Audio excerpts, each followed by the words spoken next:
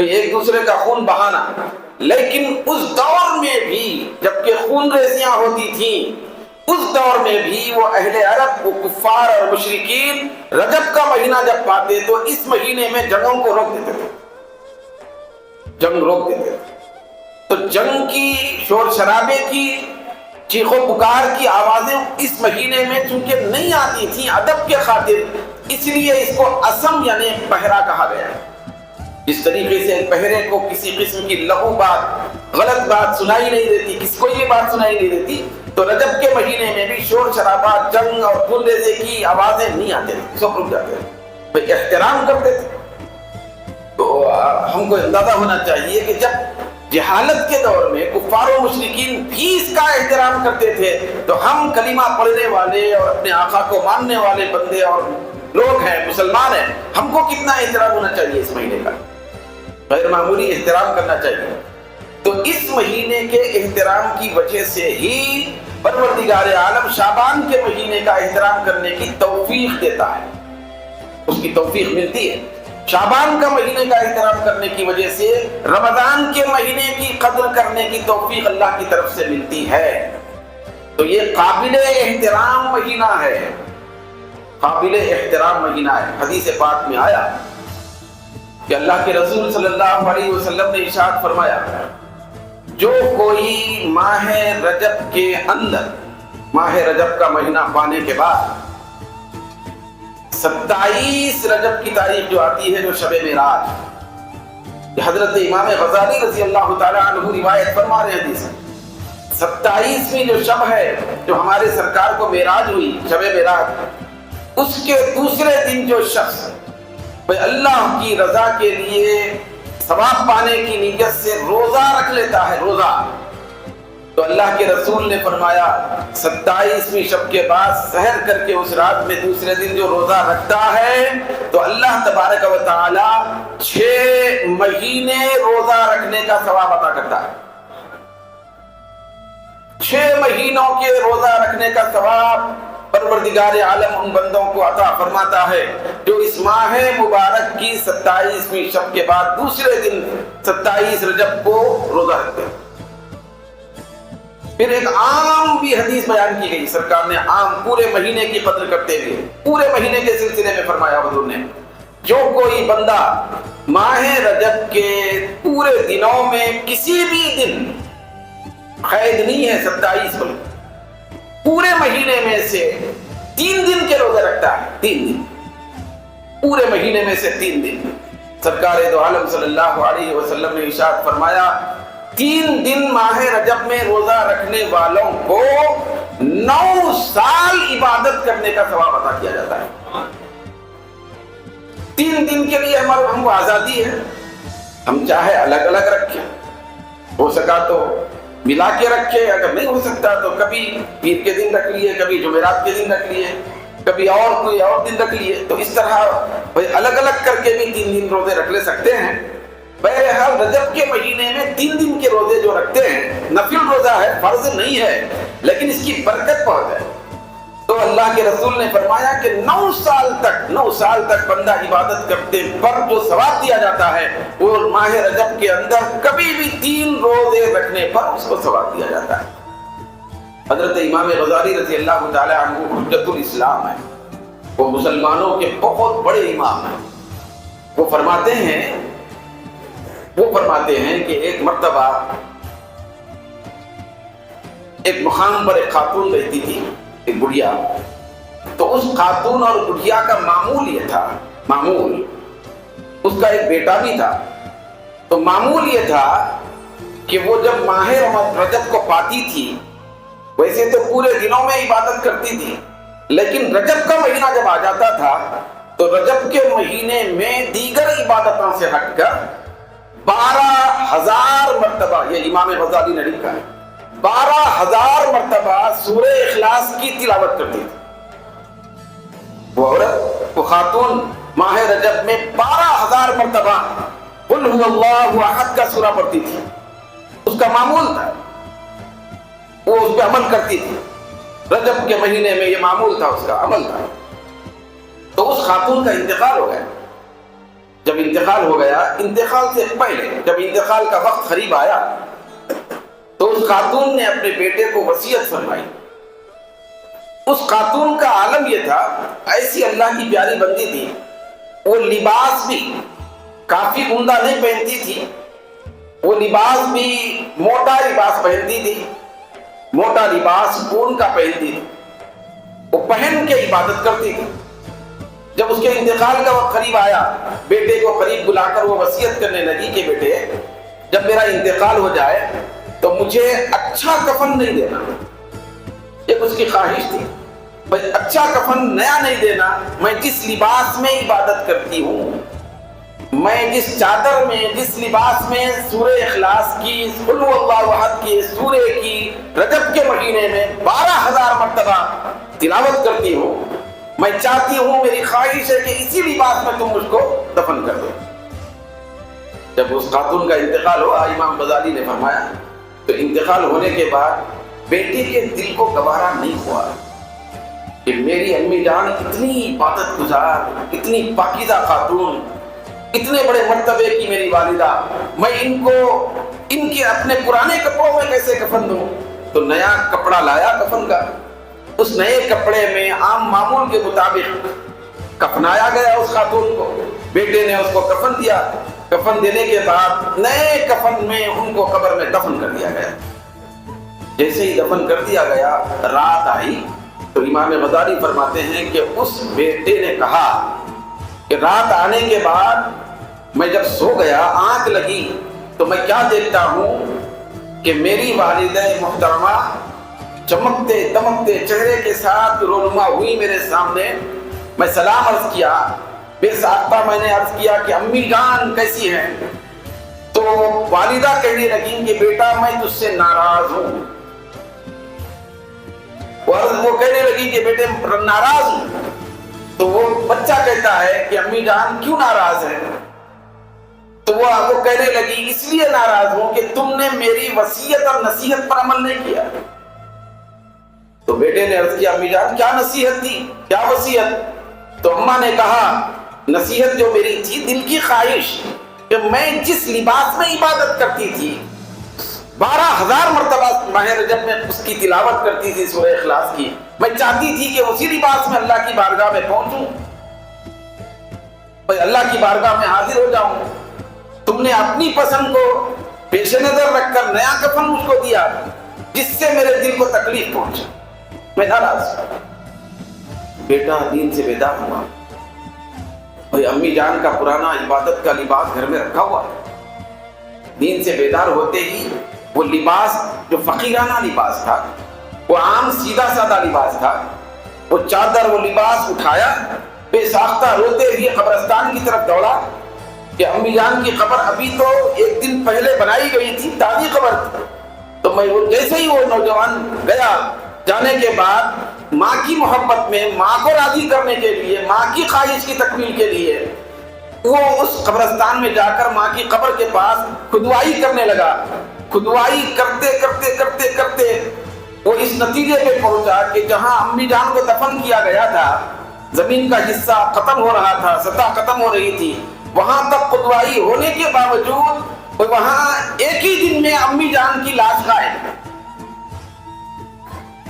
دن میں تدفین ہوئی، پھر رات میں ایک دن کے بعد وہ پرانا لباس ماں کو خوش کرنے کے لیے تاکہ ماں کے حوالے کر دوں وہ لباس قبر میں، ماں کی پسند تھی، تو وہ رکھنے کے لیے جب پہنچا تو ماں کی لاش کو غائب پایا۔ حضرت امام غزالی فرماتے ہیں تعجب میں پڑ گیا، حیرت میں پڑ گیا کہ امی جان کو تو ابھی کچھ گھنٹے پہلے، کچھ دن پہلے، ایک دن پہلے دفن کیا گیا تھا، میری امی جان کی لاش کدھر چلے گئی؟ جبکہ خبر بھی کھدائی ہوئی نہیں ہے، خبر کے اندر بھی کسی کوئی ایسا ماجرا نظر نہیں آ رہا کہ لوگ لاش مبارک کو نکال کے لے گئے ہو۔ تو بے ساختہ وہ قبر کے پاس روتے ہوئے سر جھکا کر بیٹھا، رونے لگا کہ میری امی کی لاش کہاں گئی ہوگی؟ تو اللہ کی طرف سے غیب سے آواز آئی، فرشتے نے پکار کر کہا من جانب اللہ کہ اے بندے جو میری بندی میری اطاعت اور عبادت کے خاطر